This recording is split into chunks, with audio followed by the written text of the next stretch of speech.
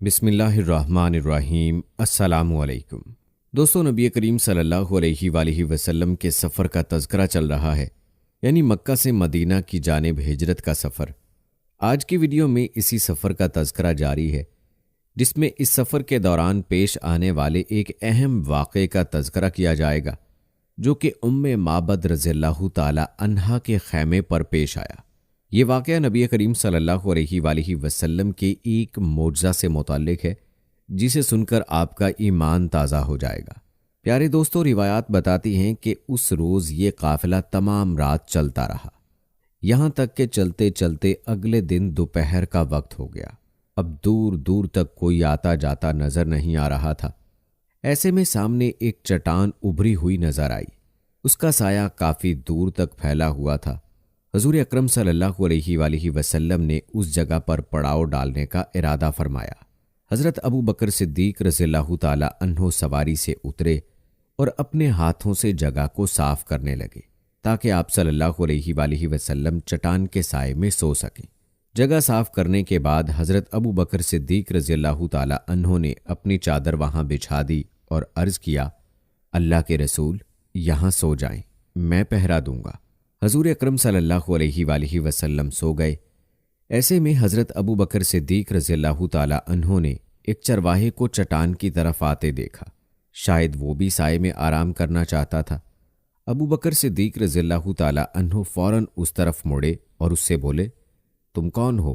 اس نے بتایا، میں مکہ کا رہنے والا ایک چرواہا ہوں۔ حضرت ابو بکر صدیق رضی اللہ تعالی عنہ بولے، کیا تمہاری بکریوں میں کوئی دودھ والی بکری ہے؟ جواب میں اس نے کہا، ہاں ہے۔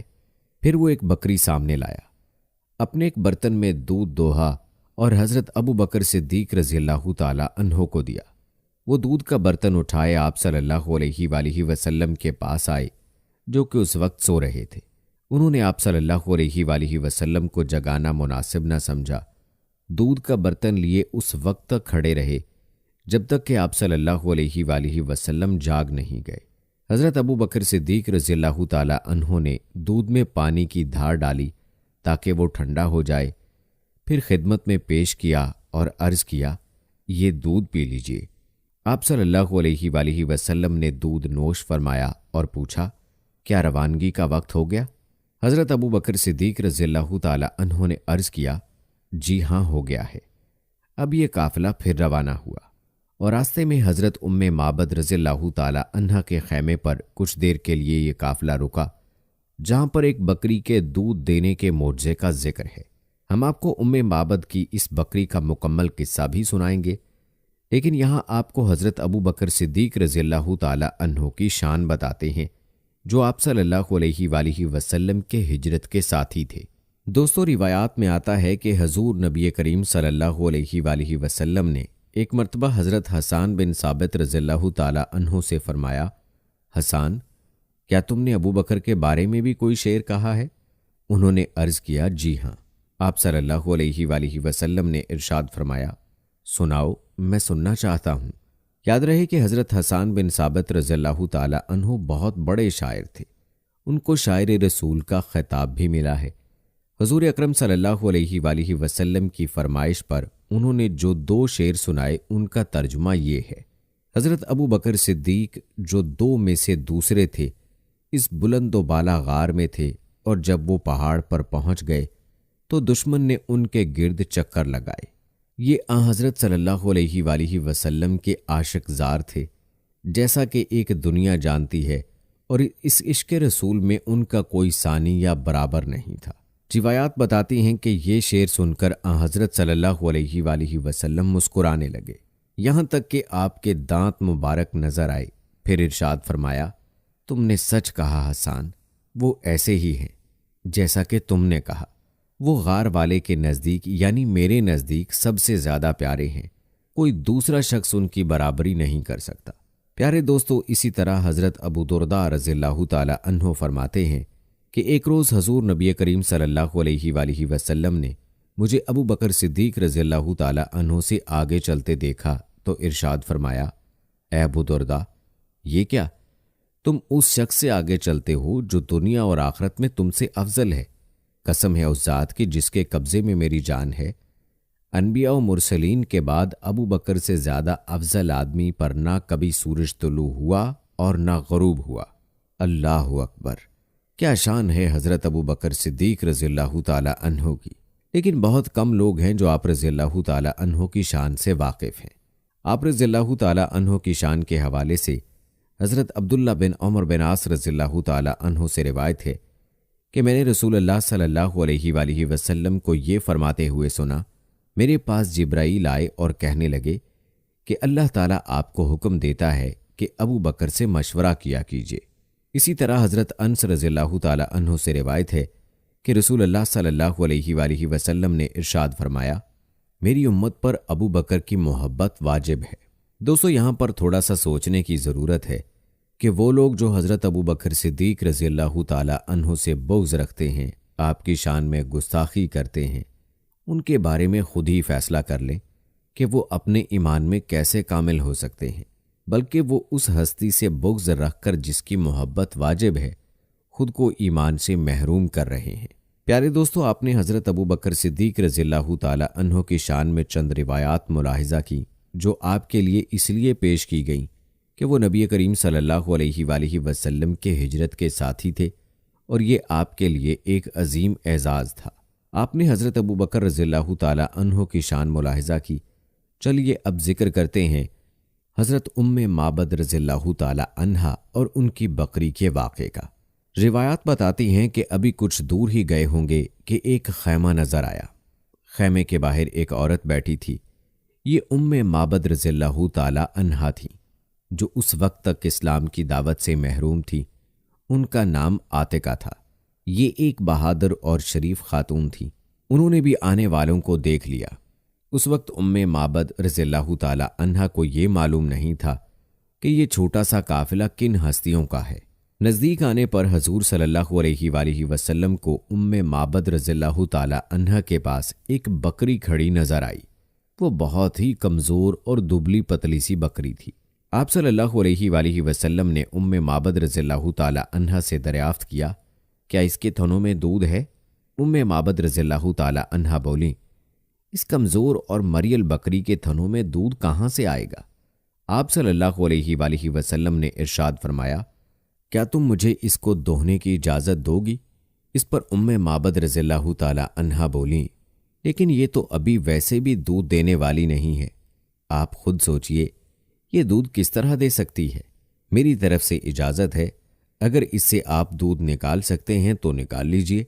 حضرت ابو بکر صدیق رضی اللہ تعالی عنہ اس بکری کو حضور اکرم صلی اللہ علیہ وآلہ وسلم کے پاس لے آئے۔ حضور صلی اللہ علیہ وآلہ وسلم نے اس کی کمر اور تنوں پر ہاتھ پھیرا اور دعا کی، اے اللہ، اس بکری میں ہمارے لیے برکت عطا فرما۔ جو ہی آپ صلی اللہ علیہ وآلہ وسلم نے یہ دعا مانگی، بکری کے تھن دودھ سے بھر گئے اور ان سے دودھ ٹپکنے لگا۔ یہ نظارہ دیکھ کر معبد رضی اللہ تعالی عنہا حیرت زدہ رہ گئیں۔ آپ صلی اللہ علیہ وآلہ وسلم نے ارشاد فرمایا، ایک برتن لاؤ۔ حضرت معبد رضی اللہ تعالی عنہا ایک برتن اٹھا لائیں۔ وہ اتنا بڑا تھا کہ اس سے 8-10 آدمی سیراب ہو سکتے تھے۔ غرض حضور صلی اللہ علیہ وآلہ وسلم نے بکری کا دودھ نکالا۔ اس کے تھنوں میں دودھ بہت بھر گیا تھا۔ آپ صلی اللہ علیہ وآلہ وسلم نے وہ دودھ پہلے معبد رضی اللہ تعالی عنہا کو دیا۔ انہوں نے خوب سیر ہو کر پیا۔ اس کے بعد ان کے گھر والوں نے پیا۔ آخر میں نبی کریم صلی اللہ علیہ وآلہ وسلم نے خود دودھ نوش فرمایا اور پھر ارشاد فرمایا، قوم کو پلانے والا خود سب سے بعد میں پیتا ہے۔ سب کے دودھ پی لینے کے بعد آپ صلی اللہ علیہ وآلہ وسلم نے پھر بکری کا دودھ نکال کر معبد رضی اللہ تعالی عنہا کو دے دیا اور وہاں سے آگے روانہ ہوئے۔ پیارے دوستو، روایات میں آتا ہے کہ شام کے وقت معبد رضی اللہ تعالی عنہا کے شوہر ابو معبد رضی اللہ تعالی عنہ لوٹے۔ وہ اپنی بکریوں کو چرانے کے لیے گئے ہوئے تھے۔ خیمے پر پہنچے تو وہاں بہت سا دودھ نظر آیا۔ دودھ دیکھ کر حیران ہو گئے۔ بیوی سے بولے، اے معبد، یہ یہاں دودھ کیسا رکھا ہے؟ گھر میں تو دودھ دینے والی کوئی بکری نہیں ہے۔ مطلب یہ تھا کہ یہاں جو بکری تھی وہ تو دودھ دے ہی نہیں سکتی تھی، پھر یہ دودھ کہاں سے آیا؟ حضرت معبد رضی اللہ تعالی عنہا بولیں، آج یہاں سے ایک بہت مبارک شخص کا گزر ہوا تھا۔ یہ سن کر حضرت ابو معبد رضی اللہ تعالی عنہ اور حیران ہوئے اور پھر بولے، ان کا حلیہ تو بتاؤ۔ جواب میں معبد رضی اللہ تعالی عنہا نے یوں کہا، ان کا چہرہ نورانی تھا، ان کی آنکھیں ان کی لمبی پلکوں کے نیچے چمکتی تھیں، وہ گہری سیاہ تھیں، ان کی آواز میں نرمی تھی، وہ درمیانے قد کے تھے، یعنی چھوٹے قد کے نہیں تھے، نہ بہت زیادہ لمبے تھے۔ ان کا کلام ایسا تھا جیسے کسی لڑی میں موتی پرو دیے گئے ہوں۔ بات کرنے کے بعد جب خاموش ہوتے تھے تو ان پر باوقار سنجیدگی ہوتی تھی۔ اپنے ساتھیوں کو کسی بات کا حکم دیتے تھے تو وہ جلد از جلد اس کو پورا کرتے تھے، وہ انہیں کسی بات سے روکتے تھے تو فوراً رک جاتے تھے۔ وہ انتہائی خوش اخلاق تھے، ان کی گردن سے نور کی کرنیں پھوٹتی تھیں، ان کے دونوں ابرو ملے ہوئے تھے، بال نہایت سیاہ تھے، وہ دور سے دیکھنے پر نہایت شاندار اور قریب سے دیکھنے پر نہایت حسین و جمیل لگتے تھے۔ ان کی طرف نظر پڑتی تو پھر دوسری طرف ہٹ نہیں سکتی تھی۔ اپنے ساتھیوں میں وہ سب سے زیادہ حسین و جمیل اور باروب تھے، سب سے زیادہ بلند مرتبہ تھے۔ حضرت معبد رضی اللہ تعالی عنہا کا بیان کردہ حلیہ سن کر ان کے شوہر بولے، اللہ کی قسم، یہ حلیہ اور صفات تو انہی قریشی بزرگ کی ہیں۔ اگر میں اس وقت یہاں ہوتا تو ضرور ان کی پیروی اختیار کر لیتا، اور میں اب اس کی کوشش کروں گا۔ چنانچہ روایات میں آتا ہے کہ حضرت معبد رضی اللہ تعالی عنہا اور حضرت ابو معبد رضی اللہ تعالی عنہا ہجرت کر کے مدینہ منورہ آئے اور انہوں نے اسلام قبول کیا تھا۔ پیارے دوستو، کہا جاتا ہے کہ حضرت معبد رضی اللہ تعالی عنہا کی جس بکری کا دودھ آپ صلی اللہ علیہ وآلہ وسلم نے دوہا تھا، وہ بکری حضرت عمر رضی اللہ تعالی عنہ کی خلافت کے زمانے تک زندہ رہی۔ دوستو، آپ کو بتاتے چلیں کہ روایات یہ بھی بتاتی ہیں کہ جب قریش مکہ کو معلوم ہوا کہ جناب رسول اللہ صلی اللہ علیہ وآلہ وسلم اور ان کے رفیق کار ابو بکر صدیق رضی اللہ تعالی عنہ معبد رضی اللہ تعالی عنہا کے خیمے میں مہمان بن کر ٹھہرے ہیں، تو انہوں نے اپنے چند نادانوں کو ان کے تعاقب میں روانہ کیا۔ جب وہ حضرت معبد رضی اللہ تعالی عنہا کے ہاں پہنچے تو ان کے اچانک آنے پر وہ پریشان ہو گئیں، کیونکہ ان لوگوں کی آنکھوں سے شر نمایاں طور پر دکھائی دے رہا تھا۔ ان میں سے ایک نے پوچھا، ارے معبد، بتاؤ محمد کہاں ہیں؟ تو انہوں نے حضور اکرم صلی اللہ علیہ وآلہ وسلم کے لیے خطرہ محسوس کرتے ہوئے ان سے فرمایا، تم جس بات کے بارے میں مجھ سے پوچھ رہے ہو وہ تو میں نے اب تک سنی تک نہیں ہے۔ تو انہوں نے کہا، یقیناً تم جانتی ہو کہ وہ کہاں گئے ہیں۔ انہوں نے فرمایا، میری سمجھ میں نہیں آ رہا کہ تم کیا کہہ رہے ہو۔ جب انہوں نے نہایت ہی اصرار سے پوچھا اور شر ان کے چہروں سے ظاہر ہونے لگا تو سیدہ معبد رضی اللہ تعالی عنہا نے ان سے فرمایا، تم یہاں سے جاتے ہو کہ میں اپنی قوم کے آدمیوں کو بلاؤں، اور تم کان کھول کر یہ میری بات سن لو کہ پھر تم سلامت واپس نہیں جا سکو گے۔ پھر ان لوگوں نے آپس میں مشورہ کیا کہ ہمیں واپس چلے جانا چاہیے، کیونکہ سیدہ معبد رضی اللہ تعالی عنہا اپنی قوم میں قابل احترام اور عزیز ہیں۔ اگر انہوں نے ایک ہی آواز دے دی تو ہمارا یہاں سے سلامت جانا محال ہوگا۔ پھر وہ ذلیل و خوار ہو کر وہاں سے واپس چلے گئے۔